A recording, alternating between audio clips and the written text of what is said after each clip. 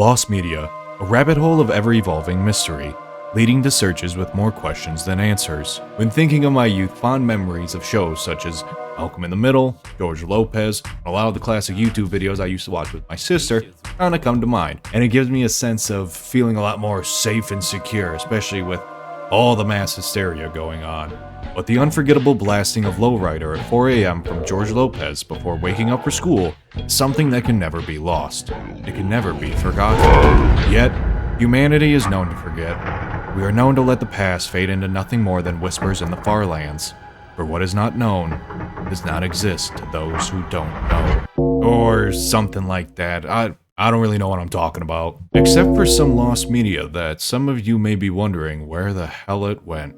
Of all the lost and hidden media I've been able to find, there were a few good ones over the past few days that I wish more people knew about. And when I say hidden and lost media, I simply mean you just have to do some clever searching online and you can come across this content. Some content truly is lost entirely, only ever being a concept by potential creators. Not really something worth searching for when oftentimes you're told that it just doesn't even exist. But luckily I went and got together a little collection of some of the best little lost pieces, that I have at least. And there's something for everyone, and it's all here for us to check out. We've got Family Guy, we have an E.T. ripoff, a Disney original movie, and the Caca Man. Yeah, it's for everyone. So let's go ahead and take a look at the original pilot episode of Family Guy. Released in 1999, premiering right after the Super Bowl, Family Guy has continued its multi-decade run despite 2 cancellations early on, even getting a new season to be announced in a few weeks as of writing this. But even after 25 years, one thing remained hidden, and that was the full 15-minute original pilot episode of the show that Seth MacFarlane created in May of 1998. For decades it was hidden. That was until March of this year when it was re-uploaded to YouTube in its entirety. But sadly, 3 years since 2022, voice actor Rob Paulsen had it uploaded to his personal website. But we don't have to be sad anymore. So let's take a look at the original pilot episode and then compare it next to the Season 1 premiere episode that came out the next year. The original pilot episode follows a nearly identical storyline to the Season 1 premiere. However, a few changes were made to it, and that includes a lot of the character design and outfits especially. The original pilot follows Peter Griffin going to a party with his friends, drinking beer, and getting so hungover he loses his job at the toy factory. This is where he and Lois start to receive welfare after being unable to find work, only to receive massive amounts of cash due to a government mess-up that he keeps hidden from Lois. Having to fight between the good and bad in his head, Peter decides to rid himself of the cash by tossing it out of a hot air balloon, later to be arrested for his stunt, soon to have the judge decide his fate. Luckily for Peter, Stewie uses his mind control device on the judge to set his father free and get him his job back. So as you can tell, that's kind of similar to the Season 1. It's the similar storyline, but they, okay, I guess not, because they do change up a few things. I guess that is different, but you know what I mean. Peter still gets drunk, goes to the party, Lois doesn't want to go in there, it's the stag party, all of that. The general idea is there. However, in the Season 1 premiere, it was refined quite a bit. A lot of the jokes that were reused got put back in, but they were rewritten a little bit, or just placed differently in order that just made them seem, they flew a little bit better, they were flying under the tongue a little bit better, whatever. Overall, the episode it's like a DMT hit, and you're going to a different universe watching this show, because it's just like this didn't exist for 20 years. More than that, like 25 years, and then it just shows up. That's crazy. The show nearly wasn't as polished, but, I think it had a $50,000 budget to it, so obviously there were going to be a lot of limitations. Things like time and other factors, as in just getting the amount of animators or writers even needed to get the full project done, it kind of gives you some problems. But luckily they were able to make something really work here. Over the next year, the team with MacFarlane would change a lot of things about the show, including the storyline to the season premiere. Some character design, and the voice acting would improve 5-fold. In comparison to the original pilot episode, the Season 1 premiere in 1999 changes a few things. For starters, Episode 1 does not have Lois knowing about Peter's firing from his job or getting on welfare. Instead, he tells her that his boss gave him a big promotion, which is where all the money came from, not from the welfare checks. Eventually, he discovers his secret, putting him in the doghouse until he makes things right, renting a blimp and dumping cash over the Super Bowl, which led to his arrest. And just like the pilot, after being sentenced to jail, Stewie uses his mind control device to get Peter out of jail time and to get his job back. And as I said before, a lot of the jokes that were used in the original pilot episode made their way into the season 1 premiere. Some of them like Aunt Jemima's witnesses, drink the beer, Another beer! and the Kool-Aid Man. And some of the character redesigns got altered too. Peter's glasses don't look so thick and stupid. Dewey ditched the red and yellow and is instead in a green shirt and purple overalls getup. Chris is really the only one that's wearing the original outfit from the original pilot to the season 1 premiere. And then there's Meg. I mean, even the original pilot had Quagmire looking a little different and sounding different too. Changes are always expected to be made from a pilot episode though. That's kind of the point. Hashing out well thought out ideas to a group of professionals who want to help create it into something much bigger, better, and larger than even the creator may think it can become. And that's exactly what happened with Family Guy. From humble beginnings in a college dorm room, the concept of Family Guy would end up becoming one of the greatest and longest lasting animated shows in TV history to date. This original pilot episode can be found on YouTube as of right now, and it has a few million views, so it's not that hidden. But something like this is definitely an episode only true Family Guy fans would watch. Overall, the episode shows its age, obviously, but I love Family Guy, so I don't really care. On to the next one. Ooh, this one is a good one. This is a wild E.T. ripoff called Nuki, and let me tell you, this was difficult to find, but we got it. We got it upscaled to 4K. We edited the audio a little bit. What am I saying we for? I did it. I did all the searching. It took me like 20 minutes to find this online on the internetarchive.org. So, you can find it on there. Do a little bit of searching. But I've got it. And trust me, with the audio though, in the original, there was this high-pitched whining noise that literally made me want to cut my frickin' cock off and feed it to the neighbor dog that's shitting all over the yard out there. Oops. Anyways, this movie is one of the worst movies I've ever seen. The concept is cool, and that's about it. It's just a concept. And later on I'll tell you, but the literal concept was the only reason why this movie was ever made. The concept is this. 2 alien brothers crash land on Earth, one getting captured, and the other meeting 2 other brothers from Africa. Their journey is to rescue one another. It's truly terrible, so let's check it out.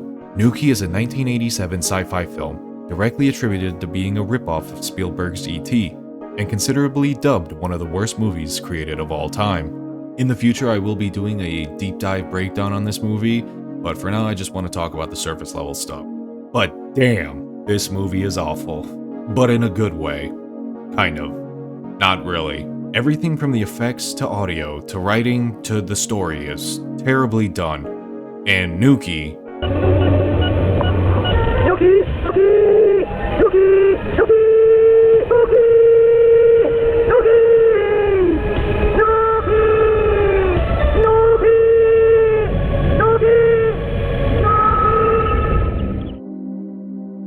Maybe this is something that should stay lost. Just...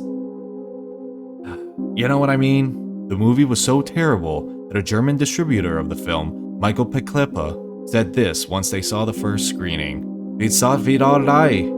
There was no South Africa. There were hardly any extraterrestrials. We basically just saw discussions between a nun and a helicopter pilot who were going on and on about how stupid black people are, or something. Imagine that again and again and again, at extreme length, and nothing else." Peklepa admitted that the movie poster impressed him and gave him E.T. vibes, but due to the rampant racism, a new edit was made, but only contained 40 minutes of usable footage, which led to reshoots. However, production issues and problems with the alien animatronics persisted. The children who were wearing the animatronic suits could only wear them for like 2 to 3 minutes at a time, or else they would suffer from heat stroke and like almost die. It's like Milo and Otis type shit. I mean, they like suffocation. Suffocation for the arts. for that.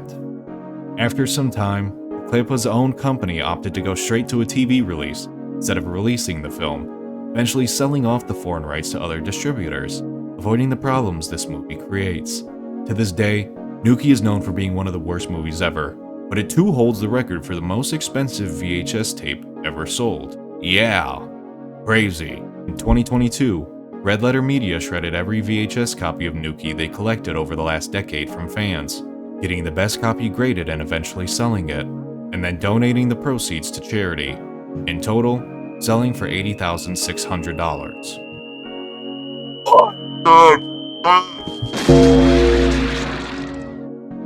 Although it was controversial, I love it.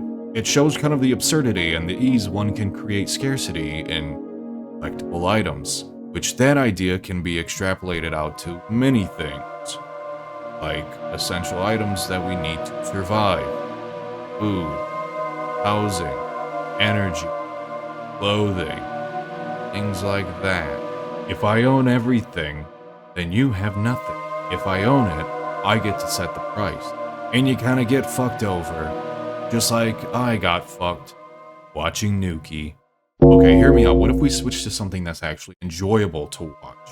I'm talking about a Disney Channel original movie. And it's pretty good. And it's a Halloween movie. And if you like that, let's go ahead and look at the 1997 Disney Channel original movie, Under Wraps. Under Wraps is a hilarious comedy known to be Disney's first original live-action movie that came out in October of 1997. That's the same year this old schmuck was born. The movie follows a group of 3 children who befriend a mummy after they disturb his resting place inside the house of an old evil man who just died. Or did he? This movie is really enjoyable from start to finish, and it was always one of my favorite Halloween movies growing up as a kid. Plus the fact too that you have Patrick Starr, Bill Faberbaki, you have him as the voice of the mummy. It's awesome. And again, it's kind of hard to find. You can find it on YouTube, but why isn't it on Disney Plus streaming? Is it because it's a Disney Channel movie? Oh man, that'd be terrible if that's the way it is. Fuck you, Disney. This movie is always a must-watch for me during Halloween season. It's a good laugh, the story is fun, it's a well-made movie for a TV channel, and it was able to help launch future Disney Channel original movies, such as Halloween Town, Smart House, and then eventually leading to the golden age of Disney Channel original movies, such as High School Musical, The Cheetah Girls, and Twitches. Does this movie still hold up? Oh yeah, big time. And with wrapping Under Wraps up, we can go ahead and wipe ourselves clean with this last piece of lost media, Cockaman. Now this may be something not a lot of you know or understand, but back when I was 4th, 5th grade, there was a rapper that had a absolute chokehold on me and my friends, and he went by the Cockaman. Now for us and everyone in my school, there were 2 songs that were spread like wildfire, and that was Crap Dat, which was a parody of Soulja Boy's Crank Dat. There was another one called Nasty Craps. Now through all my searching, I was able to find the Crap Dat video on YouTube, uploaded like 10 years ago, I think, something like that. So that one wasn't hard to find. But for the life of me, I could not find the Nasty Craps parody. And eventually, I found it, again on the Wayback Archive, whatever that is. And it was on an old Spanish website, I think that was in Miami, where this rapper's from. Now, it had the full, unedited, a relatively decent quality video of the song. And so I got it, and now we have it. And let me tell you, this song, ooh, it's like a flood of nostalgia back in for me. Like hanging out with all my friends, being like, hey, Cockaman, I'm taking nasty craps, yeah, my doo-doo stinks. So like, I don't know. And I think finding this was something that just kind of, it inspired me. It made me feel good about myself. Because it was like, oh yeah, we can go back and relive these memories pretty easily. Because again, it took me like 30 minutes to find. So maybe the idea of calling this a lost media video might not be the best thing, but I don't care. I want to explore the Cockaman. In 2007, a music album by the name of The Cockaman, Shittin' on the Industry, was released by Latin rapper from Miami, Alvaro Vega, going by the stage name Cockaman. The parody album had songs parodying such hits such as Crank That by Soulja Boy and Sexy Back by Justin Timberlake. However, less than 1 year later, all songs were taken down and the music videos were deleted, seemingly lost from the internet forever. Re-uploads of his work would get taken down immediately, still down to this day. However, after some time, the song Crank That Poop was uploaded to YouTube and can still be watched today. Yet the fan favorite Nasty Craps was lost and deemed almost too difficult to find. That was until I got the full copy, and now I've got it. The full song is safe. Essentially, my childhood has been restored in some capacity. Sadly, I don't think I'll be able to post the full song or really anything from it due to copyright, but I might have it in Discord, possibly. So if you want to hear it that bad, go check it out. But in the end, it is in my repertoire of truly amazing, weird, and just some interesting lost media. Really makes you feel something. Damn, someone just went bah! Outside. But if you thought the story was done, it gets crazier. Alvaro Vega released parody-based music often containing toilet humor and gross themes. However, shortly after releasing the album, though, Vega had a change of heart and passion as he denounced his music as harmful. He deleted all of it and became a born-again Christian. Yeah, now going by the name Communion, Vega surrendered his life to Christ after falling in love with God once he read passages from The Imitation of Christ by Thomas Kempis. Vega felt foolish of himself and dedicated his life to change, to help others with his music. If you want more information on this, you can go ahead and head over to his website, communionhiphop.com. As for his new music, good for him for making a change of his life. I prefer the nasty crap, but if he's happy, whatever. I ain't about gospel music, but his Christmas song, I might have to add it to my Christmas music playlist. It's kind of not good, but it's Jesus is the reason. Third grade art project put on fridge and taken down after you decide to wipe it clean for the first time in a year.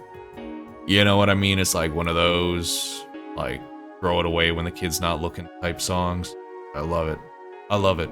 Special place in my heart for that. And to be honest, I love knowing this stuff about this guy. It's a good thing that he kind of changed his life and didn't want to be covered in poop anymore. You got other stars that did that too. Blippi.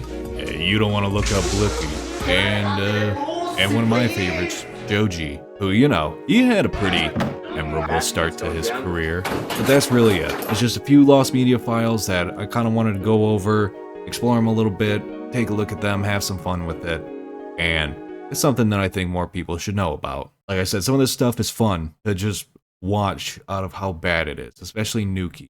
Get some friends together, have some beer or something, get a little crazy, watch it, enjoy how bad it is. Under wraps, I love it. I'm going to do a deeper dive into some of these topics, but that's it for now. Thank you again. If you liked the video, go ahead and leave it a like. If you disliked it, leave a dislike.